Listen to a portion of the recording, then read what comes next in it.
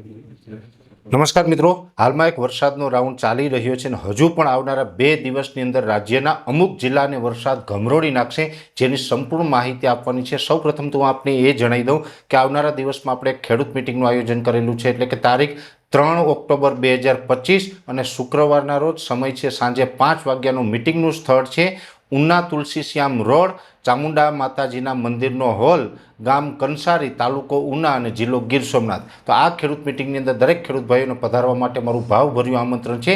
ત્યાં આપણે ઝેરમુક્ત ખેતી અને હવામાન વિશેની વિશેષ ચર્ચાઓ કરીશું। હવે ખાસ કરીને વાત કરવાની છે હાલના વરસાદની। આમ જોવા જઈએ તો અત્યારે રાજ્યની અંદર 28 તારીખથી વરસાદનો રાઉન્ડ ચાલી રહ્યો છે અને રાજ્યના મોટાભાગના વિસ્તારની અંદર આ વરસાદ નોંધાયો છે। અનેક જગ્યાએ 2 થી 5 ઇંચ સુધીના વરસાદ વરસી ચૂક્યા છે અને હવે ધીમી ધારે અત્યારે છૂટાછવાયા વરસાદ હજુ પણ ચાલુ છે। જોકે આ વરસાદ છે એ હજુ પણ આવનારા 2 દિવસ સુધી ચાલુ રહેવાનું છે। અત્યારે સિસ્ટમ છે એ ખૂબ ધીમી ગતિએ આગળ ચાલતી હશે।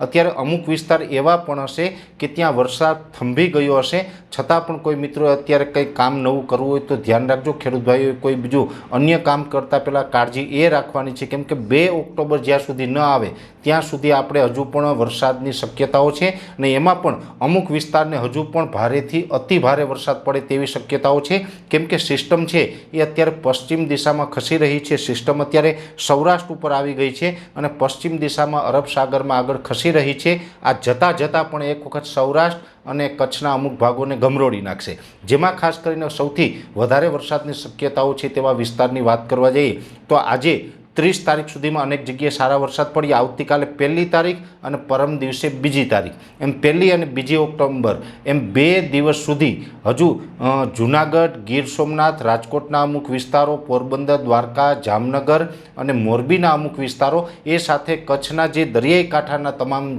તાલુકાઓ છે એ તમામ તાલુકાઓ, એટલે આટલા વિસ્તારોની અંદર હજુ પણ ભારેથી અતિ ભારે વરસાદ છે એ 1 અને 2 તારીખ દરમિયાન વરસી શકે છે। એમાં અનેક જગ્યાએ 2 થી 5 ઇંચ સુધીના પણ વરસાદ નોંધાઈ શકે છે। એટલે આટલા જે મેં આપને નામ જણાવ્યા છે એટલા વિસ્તારોમાં હજુ ભારે વરસાદની શક્યતાઓ છે। એને બાદ કરતાં અન્ય વિસ્તારો હોય જેમ કે ભાવનગર, બોટાદ, અમરેલી જેવા વિસ્તારો છે એમાં વરસાદ હશે, પણ એમાં હવે તીવ્રતા ઘટી જશે।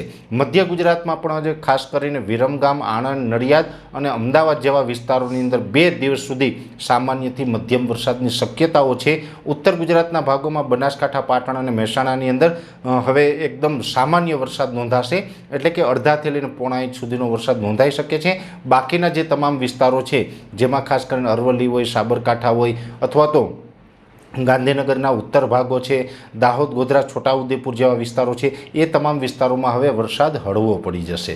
એટલે ત્યાં બહુ ચિંતા નથી, કદાચ પડે તો પણ એકદમ સામાન્ય ઝાપટા પડશે, હવે ત્યાં મોટા વરસાદની સંભાવનાઓ નથી। દક્ષિણ ગુજરાતમાં અત્યાર સુધી સારો એવો વરસાદ વરસ્યો છે, જોકે દક્ષિણ ગુજરાતમાં હવે આવતીકાલથી ખૂબ હળવું પડી જશે, છૂટાછવાયા ઝાપટા નોંધાશે, બહુ હેવી વરસાદ નહીં નોંધાય। એટલે ખાસ કરીને આ વિસ્તાર વાઇઝ મેં આપને માહિતી આપવાનો પ્રયત્ન કર્યો છે કે મોટાભાગના વિસ્તારમાં હળવા સામાન્ય ઝાપટાઓ નોંધાશે, કોઈ એકલ દોકલ સેન્ટરમાં મધ્યમ વરસાદ નોંધાય, બાકી બીજા વિસ્તારોની અંદર હવે વરસાદનું જે પ્રમાણ છે એ ઘટી જશે। ખાસ કરીને સૌરાષ્ટ્રના અમુક જિલ્લા અને કચ્છના દરિયાઈ કાંઠાના ભાગોમાં હજુ તીવ્રતા રહેશે। હજુ પણ ફરીથી એક વખત આપને કહી દઉં કે સમગ્ર ગુજરાતમાં હવે વરસાદ છે હળવો થઈ જશે, છૂટાછવાયા ઝાપટાઓ જ નોંધાશે, પણ અમુક વિસ્તારમાં ભારે વરસાદ નોંધાશે ને એ ભારે વરસાદ નોંધાવામાં જે ફરીથી આપને જિલ્લા જણાવું, ગીર સોમનાથ, જૂનાગઢ, રાજકોટ, પોરબંદર, દ્વારકા, જામનગર, મોરબીના પશ્ચિમ ભાગો અને કચ્છનો દરિયાઈ કાંઠાના ભાગો, આટલા વિસ્તારની અંદર હજુ ભારે વરસાદની શક્યતાઓ,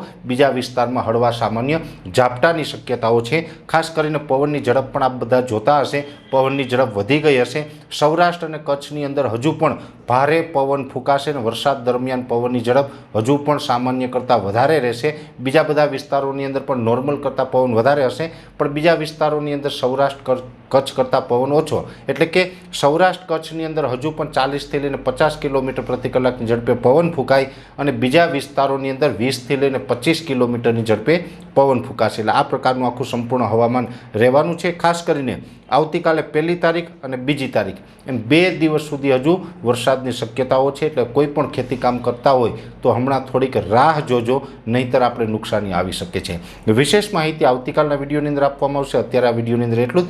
દરેક મિત્રોને વિનંતી રહેશે વિડીયોને લાઈક આપીને દરેક ગ્રુપમાં શેર કરી દેવો. યુટ્યુબ ઉપર જોઈ રહ્યા હોય તો ચેનલને સબસ્ક્રાઈબ કરવી, અને જો તમે અમને ફેસબુક પેજ ઉપર જોઈ રહ્યા હોય તો ફેસબુક પેજને ફોલો કરજો.